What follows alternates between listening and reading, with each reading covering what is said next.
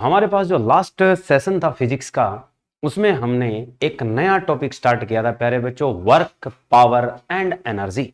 तो हमारे पास जो वर्क, पावर एंड एनर्जी का रिलेशन था वो हमने शुरू किया था प्यारे बच्चों, जिसमें हमने सदिश के फैक्टर की भी बात बताई थी कि सदिश का डॉट प्रोडक्ट, वेक्टर की डॉट प्रोडक्ट भी बताई थी। उसकी जरूरत थी किसके लिए? वर्क डन निकालने के लिए। वो हमने किया था। तो पहले थोड़ा सा वर्क डन का रिवीजन दे देता हूं कि वर्क डन जो हमने पढ़ा था वो था हमारे पास एफ डॉट एस, यानी इसकी जो वैल्यू आएगी वो आएगी प्यारे बच्चों एफ एस कॉस थीटा। यानी वेक्टर की जो डॉट प्रोडक्ट है उससे जो वर्क डन आएगा एफ डॉट एस से वो एफ एस कॉस थीटा, यानी पहला क्राइटेरिया। दूसरा क्राइटेरिया आपसे पूछेगा कि जो कार्य है ये आपकी राशि कैसी है। आपसे क्वेश्चन किया जाएगा कि आपके पास जो किया गया कार्य है, वर्क डन जो है वो कैसी राशि है। तो ये आपकी एक एदिश राशि है, एक स्केलर क्वांटिटी है। तीसरा केस क्या पूछा जाता है प्यारे बच्चों कि जो वर्क डन है वो किस किस टाइप का हो सकता है। और एक हम पहले यूनिट का क्राइटेरिया पढ़ देते हैं कि यूनिट क्या होगी इसकी, जूल होगी। यानी जो वर्क डन की यूनिट होगी प्यारे बच्चों वो क्या होगी, जूल। और फिर वर्क डन का हमसे क्या पूछा जा सकता है, डायमेंशनल फॉर्मूला DMLT, तो वो होता है ML2 और T-2। ये हमारे पास क्या है, प्रॉपर्टी थी, स्पेसिफिक बेसिक प्रॉपर्टी कह सकते हो। फिर हमसे पूछा जाता है वर्क के टाइप, यानी टाइप ऑफ वर्क डन, यानी इसके प्रकार। प्रकार में जब बात आती है कि ये कितने प्रकार से लिखा जाता है, तो नंबर 1 कार्य आपका शून्य भी हो सकता है कि जो कार्य है वर्क डन है वो 0 भी हो सकता है। नंबर 2 कार्य आपका वर्क डन आपका पॉजिटिव हो सकता है। नंबर 3 वर्क डन आपके पास कैसा हो सकता है, नेगेटिव हो सकता है। यानी जब 0 होगा तो थीटा की वैल्यू 90 डिग्री हो सकती है, या फोर्स आपके पास 0 हो सकता है, या डिस्प्लेसमेंट भी आपका 0 हो सकता है। 3 केस उठ सकते हैं। फिर पॉजिटिव कब होता है कि जब आपके पास थीटा की वैल्यू क्या हो, 0 और किसके बीच हो, 90 डिग्री के बीच में हो। यानी 0 से लेकर 90 से छोटा हो वहां तक आपका वर्क डन पॉजिटिव रहेगा। दूसरा F ग्रेटर देन 0 हो और S भी ग्रेटर देन क्या हो, 0 हो। तो ये प्रॉपर्टी आपके पास जब होगी तो वर्क डन क्या आएगा आपके पास, पॉजिटिव। तीसरा केस हमने पढ़ा था, अगर थीटा हम देखें तो 90 से लेकर 90 से बड़ा हो, थीटा ग्रेटर देन 90 होगा और कहां तक जाएगा, 180 डिग्री तक। इनके बीच में कहीं भी आपका वर्क डन हो रहा है तो कैसा आएगा, नेगेटिव। चाहे आपके पास F ग्रेटर देन 0 और S ग्रेटर देन 0, वैसे ही लेना है क्योंकि दोनों ग्रेटर देन 0 होंगे, सिर्फ एंगल डिपेंडेंट वैल्यू होगी, उसके चलते हम बताएंगे कि वर्क डन कैसा आएगा।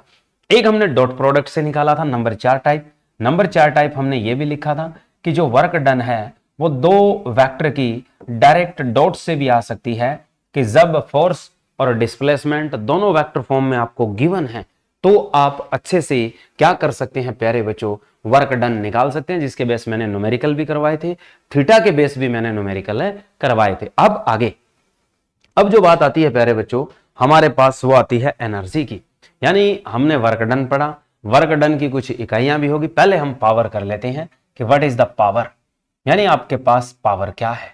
पावर जिसे हम एक तो नाम देते हैं शक्ति और दूसरा जो नाम देते हैं वो लिखते हैं सामर्थ्य। यानी हमारे पास शक्ति और सामर्थ्य क्या है, शक्ति और सामर्थ्य एक ही चीज है। यानी power, rate of doing work done, यानी इंग्लिश में लिखें तो ये क्या है, rate of doing work done, यानी जो कार्य करने की दर है, यानी rate of doing work done. और हिंदी में लिखें तो कार्य करने की दर, यानी कार्य जो करने की दर है वो किसके सापेक्ष लेंगे, तो कार्य करने की दर प्यारे बच्चों हमेशा याद रखना समय के सापेक्ष लेंगे हम। किसके साथ लेंगे, समय के सापेक्ष, यानी विद रिस्पेक्ट टू हम किसके लेंगे, टाइम।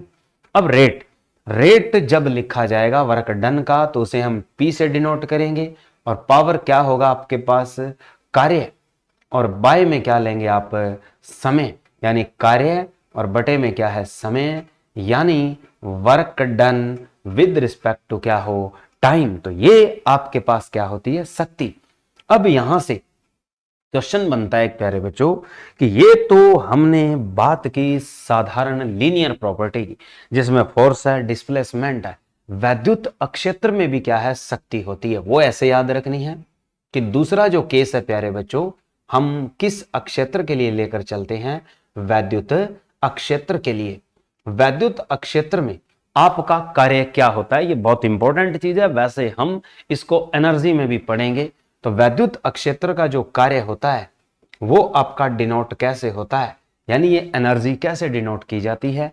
तो वैद्युत अक्षेत्र का कार्य वर्क डन किसके बराबर होता है, वोल्ट इनटू में क्या होता है, क्यू, यानी विभव यानी पोटेंशियल, और इनटू में क्या है, चार्ज, यानी जो आपके पास कार्य विद्युत क्षेत्र में लिया जाता है वो किससे लिया जाता है, एक तो होगा विभव यानी पोटेंशियल, और दूसरी चीज क्या ली जाएगी, आवेश यानी इलेक्ट्रिक चार्ज। इन दोनों की अगर प्रोडक्ट लें तो हमें क्या देगा, ये वर्क डन देगा। किस फील्ड में देगा, इलेक्ट्रिक फील्ड, यानी ये जो वर्क डन है ये किस में, आपका इलेक्ट्रिक फील्ड वर्क डन।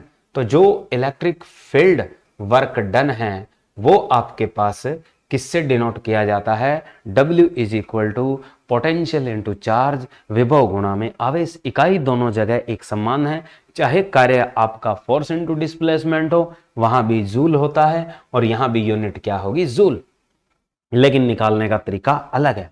यहां भी पावर आएगी प्यारे बच्चों, वो पावर किस में होगी, शक्ति, जिसे हम यूज दोनों जगह सेम करेंगे। यहां भी वर्क डन और बाय क्या लेंगे आप, टाइम। अब वर्क डन किसके बराबर है, पोटेंशियल और गुणा यानी चार्ज, और बाय में कितना है, टी। चार्ज बाय टाइम क्या चीज होती है प्यारे बच्चों, करंट, यानी पोटेंशियल इनटू करंट आपको क्या देगा, पावर देगा।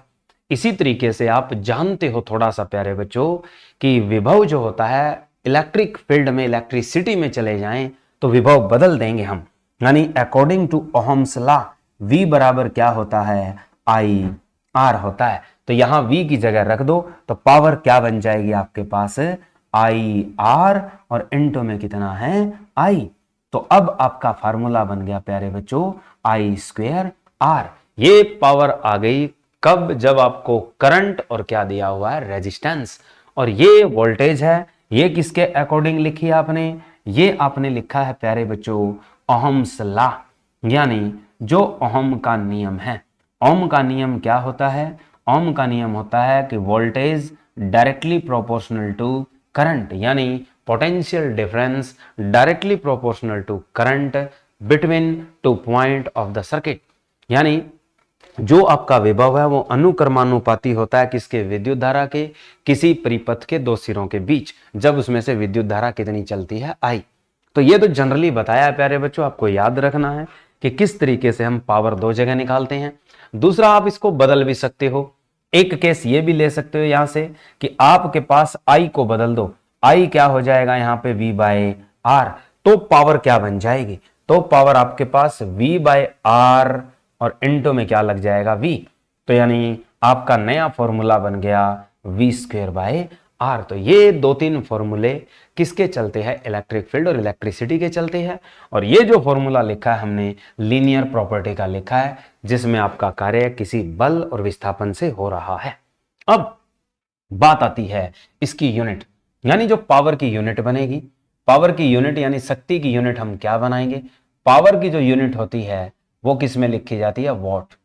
अब वॉट किसके बराबर होगी, कार्य, कार्य जो लिखा जाएगा, वर्क डन जो लिखा जाएगा वो किस में लिखा जाएगा, जूल, और जो समय है, समय आपका किस में लिखा जाएगा, सेकंड में। यानी आपके पास जो वाट आएगा वो जूल बटा सेकंड, या आप लिख सकते हो जूल प्रति सेकंड। यूं भी लिखा जा सकता है हिंदी में कि जूल प्रति सेकंड।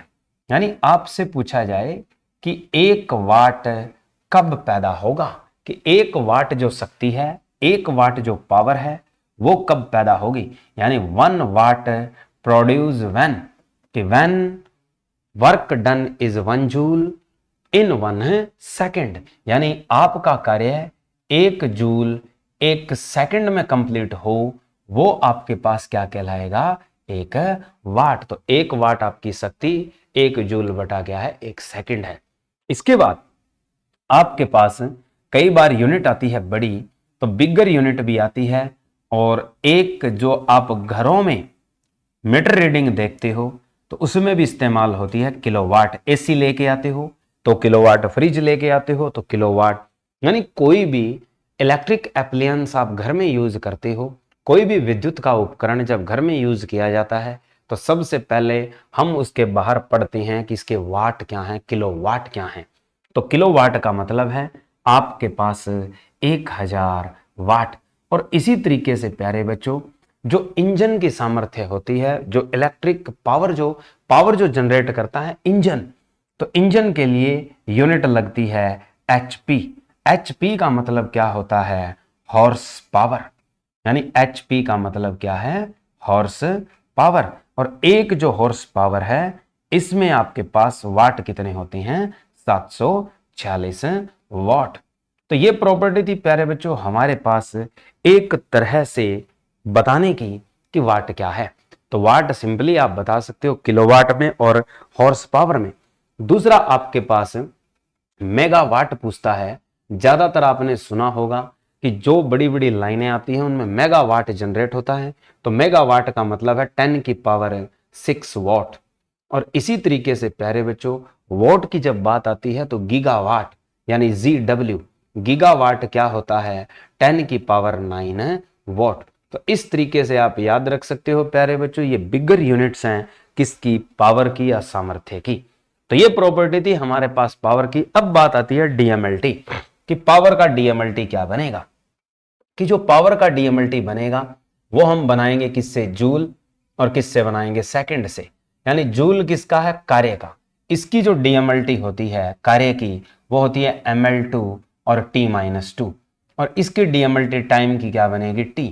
तो हम इस नीचे वाले t को कहां लेकर जाएंगे? ऊपर। तो पावर क्या हो जाएगी? एक और माइनस हो जाएगी। तो पहले t की पावर कितनी थी? -2। एक और जाएगी तो कितनी हो जाएगी? -3। ये क्या बन गया? डीएमएलटी बन गया किसका? पावर का। तो ये सिंपल सी चीजें पूछी जाती है किसके चलते? पावर के चलते। एक हिटिंग इफेक्ट कार्य जो है विद्युत अक्षेत्र में भी पूछा जाता है वो, और याद रख लेना प्यारे प्यारे बच्चों कि जो कार्य है वैद्युत अक्षेत्र में आपका लिखा जाए कि वैद्युत अक्षेत्र या इलेक्ट्रिसिटी के चलते कार्य कैसे लिखा जाता है, तो वहां कार्य हीटिंग इफेक्ट से दर्शाया जाता है। याद रखना कि जब कहीं से आपके पास विद्युत गुजरती है तो एप्लियंस वायर क्या हो जाते हैं? गर्म। तो वो आपके पास क्या है? Heating effect. यानी उसे कहते हैं उष्मीय प्रभाव। कि आपसे पूछे कि विद्युत परिपथ में जो उष्मीय प्रभाव है वो आपके पास किसको निरूपित करता है? तो वो एक कार्य को निरूपित करता है। हीटिंग इफेक्ट बनता कैसे है? क्योंकि आपके पास वर्क डन जो होता है वो होता है पोटेंशियल इनटू में चार्ज। ये हमने पढ़ा थोड़ी देर पहले। पोटेंशियल रखो और चार्ज क्या होता है? करंट, और इनटू में क्या होता है? टाइम। एक फॉर्मूला ये हो गया। दूसरा विभव, विभव होता है आई आर, इनटू में क्या है? आई, और इनटू में क्या है? टी। यानी पोटेंशियल क्या है? ओम्स लॉ के अकॉर्डिंग आई आर। अब बन जाएगा आई स्क्वेयर आर और क्या? टी। ये आपके पास एक विद्युत अक्षेत्र का कार्य भी पूछा जाता है, विद्युत परिपथ का कार्य भी पूछा जाता है। इस तरीके से आप याद रख सकते हो। तो ये प्रॉपर्टी थी प्यारे बच्चों हमारे पास कार्य निकालने की। अब जैसे क्वेश्चन देता है न्यूमेरिकल में कि किसी किसी किसी वस्तु की सामर्थ्य, किसी वस्तु की सामर्थ्य होगी, कि एक वस्तु है उसकी सामर्थ्य होगी यदि उसका बल, कि उसके द्वारा जो लगाया गया बल है उसका बल 700 न्यूटन हो, कि उस वस्तु का बल 700 न्यूटन हो, तथा विस्थापन, और उस वस्तु का जो विस्थापन है वो 50 मीटर हो। तो उसका विस्थापन कितना हो? 50 मीटर 50 सेकंड में हो। तो यानी हमारे पास वस्तु की सामर्थ्य होगी यदि उसका बल 700 न्यूटन हो तथा विस्थापन 50 मीटर 50 सेकंड में हो, तो हमारे पास क्या निकालनी है? पावर निकालनी है। पावर क्या होती है? कार्य और बटे में समय। लेकिन कार्य दिया नहीं है। कार्य किससे निकलता है? बल और विस्थापन से निकलता है। और बाय क्या है? टी। बल दिया हुआ है कितना? 700 न्यूटन। विस्थापन दिया हुआ है 50 मीटर। और टाइम दिया हुआ आपको 50 सेकंड। तो 50 से 50 कैंसल, यूनिट कितनी आई आपकी? 700। और पीछे क्या लिखेंगे आप? वॉट। यानी आपके पास जो सामर्थ्य है उस वस्तु का वो कितना है? 700 वाट है। यानी सिंपल तरीके के न्यूमेरिकल देता है। अब हमारे पास आती है ऊर्जा। यानी हमारे पास ऊर्जा क्या है? यानी जो कार्य करने की क्षमता है उसे हम क्या कहते हैं? ऊर्जा। और वैसे एनर्जी, और एनर्जी के कई रूपांतरण भी पढ़ेंगे आप। तो आपसे पूछा जाता है व्हाट इज योर एनर्जी, कि एनर्जी क्या है? तो एनर्जी आपके पास पहले लिखोगे कि कार्य करने की क्षमता, कि एनर्जी जो है वो एबिलिटी है टू डूइंग वर्क। यानी हम क्या कह सकते हैं? कार्य करने की क्षमता, कि जो ability of doing work is known as energy. तो कार्य करने की क्षमता हमारे पास एनर्जी है। अब बात आती है नंबर 1, इसकी इकाई क्या होती है? यह हम पहले पढ़ चुके हैं प्यारे बच्चों, कि जो इकाई ऊर्जा की है वही एनर्जी की है। दूसरा हम इसके लिए पढ़ते हैं DMLT, वो भी सेम रहेगा जो आपके वर्क डन का है, ML2 और T-2। अब आते हैं बात कि ऊर्जा संरक्षण नियम क्या है। पहले ये बता देते हैं जो ऊर्जा संरक्षण नियम है वो क्या चीज है। एक ऊर्जा प्रमेय भी आएगा, वर्क एनर्जी थ्योरम, यानी वर्क एनर्जी थ्योरम कार्य ऊर्जा प्रमेय बोलते हैं उसे। वो क्या है? तो पहला चीज है ऊर्जा संरक्षण नियम क्या है, कि ऊर्जा जो संरक्षण नियम है मेरे प्यारे बच्चों ये बहुत इंपॉर्टेंट है। ऊर्जा संरक्षण नियम को हम क्या कहते हैं? Law of conservation of energy. यानी law of conservation of energy क्या चीज है?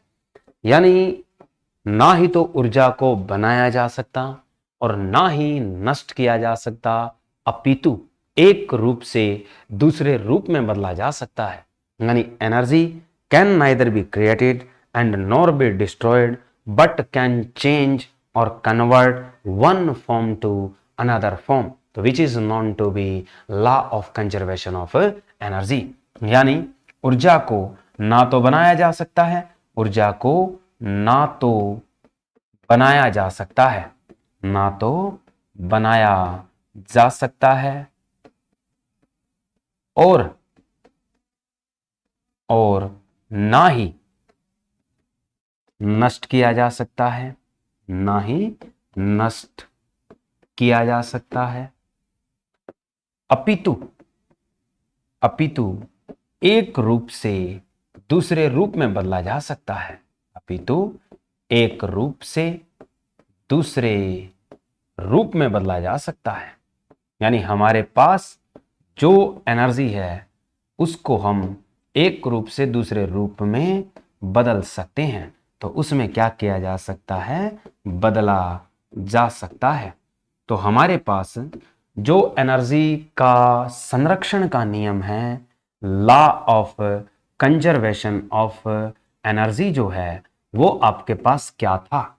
वो ये था कि energy can neither be created, कि एनर्जी जो है वो कैन नाइदर बी क्रिएटेड, कि ना ही तो क्या है बनाया जा सकता, एंड नॉर बी डिस्ट्रॉयड और ना ही खत्म किया जा सकता, विनाश किया जा सकता, बट कैन चेंज परंतु बदला जा सकता है, but can change one form to another form, यानी एक फॉर्म से दूसरी फॉर्म में, यानी एक फॉर्म से कहां लेके जा सकते हो आप?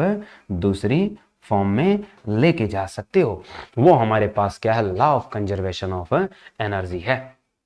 अब इसके ऊपर क्वेश्चन आता है कि कैसे हो सकता है कि एक रासायनिक अभिक्रिया है जिसमें आपने पढ़ा होगा कि कोई भी क्रिया हो तो कोई भी क्रिया है उसमें जितना आपके पास द्रव्यमान पहले होता है उतना क्या होता है बाद में, यानी जितना मास रिएक्टेंट का है उतना ही मास किसका होता है? प्रोडक्ट का। तो एक रासायनिक अभिक्रिया में मास ऑफ रिएक्टेंट, यानी जो मास ऑफ रिएक्टेंट है, mass of reactant is equal to mass of product. ये तो फॉलो करता है द्रव्यमान संरक्षण नियम को, यानी law of conservation of mass को। वैसे ही ऊर्जा का देना और ऊर्जा का निकलना वो भी किसको फॉलो करता है, law of conservation of energy को। जैसे कोई वस्तु ऊपर से गिराई जाती है और वो वस्तु धीरे धीरे किसकी ओर आती है, धरती की ओर, तो उसमें जो ऊर्जा, जब वो ऊपर लेकर हम खड़े थे तो उसके पास जो ऊर्जा थी वो स्थितिज ऊर्जा थी, और जैसे ही हमने छोड़ा तो वो धीरे धीरे किस में बदलती जा रही है, गतिज ऊर्जा में। और धरती के जैसे ही पास पहुंचेगा और टकराएगी वो वस्तु, तो उस दौरान उसकी सारी ऊर्जा जो स्थितिज ऊर्जा थी धरती से जस्ट पहले कौन सी ऊर्जा में होगी, उसकी सारी की सारी गतिज ऊर्जा में होगी। और जैसे ही वो गतिज ऊर्जा धरती से टकराएगी तो ऊर्जा फिर से क्या हो जाएगी, रूपांतरित किसमें, यांत्रिक ऊर्जा में। तो इसलिए हमारे पास एक जो रूप है ऊर्जा का वो किस में बदला जा सकता है, दूसरी ऊर्जा में। इसी तरीके से डैम में खड़ा पानी है, उसके पास कौन सी एनर्जी है, स्थितिज ऊर्जा। वो डैम का पानी जैसे ही हाइट से छोड़ा जाता है, जिन पाइपों से निकलता है, वहां क्या सेटअप लगा होता है, टरबाइन का। वो टरबाइन की ब्लेड पर जैसे ही प्रेशर लगाते हैं, उसके साथ क्या लगा होता है, डायनमो। वो डायनमो को क्या करते हैं, रोटेट, और उस डायनमो के रोटेशन से क्या बनती है, इलेक्ट्रिकल एनर्जी। यानी देखो उस इलेक्ट्रिकल एनर्जी का फिर आप आगे इस्तेमाल करते हो, तो कभी पंखा चलाते हो, कभी एसी चलाते हो, कभी टीवी चलाते हो, कभी लाइटनिंग करते हो। तो ये सारी की सारी प्रॉपर्टी किस लॉ को फॉलो करती है, ये करती है आपके law of conservation of energy को। तो जैसे हमसे पूछा जाता है कि ऊर्जा की इकाइयां आप किस किस के लिए कैसे इस्तेमाल करते हैं, जैसे आपसे टर्म दी जाती